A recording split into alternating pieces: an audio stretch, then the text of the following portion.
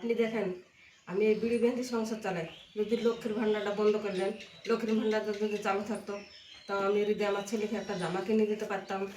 তো আমি তো পানিতে ভিজছি, আমার ঘর নাই, সবাই তো দেখলাম, কেউই তো দিল না।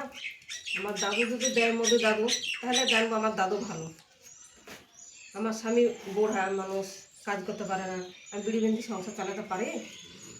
তো আপনি একটু দয়া করেন দাদু, তাও তো জানবো আমার দাদু আমাকে ঘরটা দিল। হ্যাঁ, লক্ষ্মীর ভাণ্ডারটা বন্ধ করলেন কেন বলুন দেখি? এই যে ঈদের বাজার আসছে, আমার একটা বেটা আছে, আমি কিছু কিনে দিতে তো পারছি না, ছোটো ছেলে কাঁদছে। তো একটু যদি দয়া করতেন ভালোই হতো, গরিব মানুষ, দুঃখের সাথে সংসারটা চালাই আমি। তো কমেন্ট করে দেন, তো সবাই দেখবে আমার ভিডিওটা, তো একটু হবে। আমি বলবো বিড়ি ভেন্ডি কী হয়? 1000 বিড়ি মারলে 60 টাকা, কী হবে? কিছু হবে এতে? অবশ্যই করে লক্ষ্মীর ভাণ্ডারটা দেওয়ার চেষ্টা করেন এ মাসে।